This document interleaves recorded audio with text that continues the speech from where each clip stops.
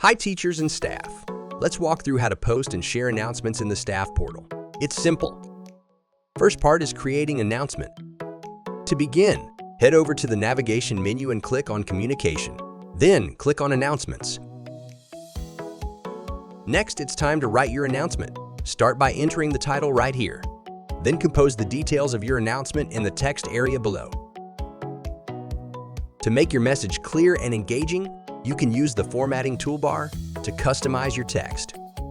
Finally, choose how to share your announcement. Click Post to publish it on the platform, making it accessible to everyone.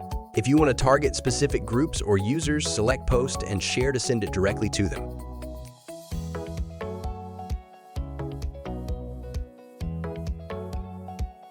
And that's it! You've successfully posted and shared an announcement in the staff portal. After posting, you can view your announcement by navigating this section, where all published announcements are listed. Second part is deleting announcement. If you need to make changes or remove an announcement, simply click on the ellipsis button next to your posted announcement and choose Edit or Delete to update or remove it. To remove a posted announcement, click the Delete button and confirm the action to ensure the announcement is successfully deleted.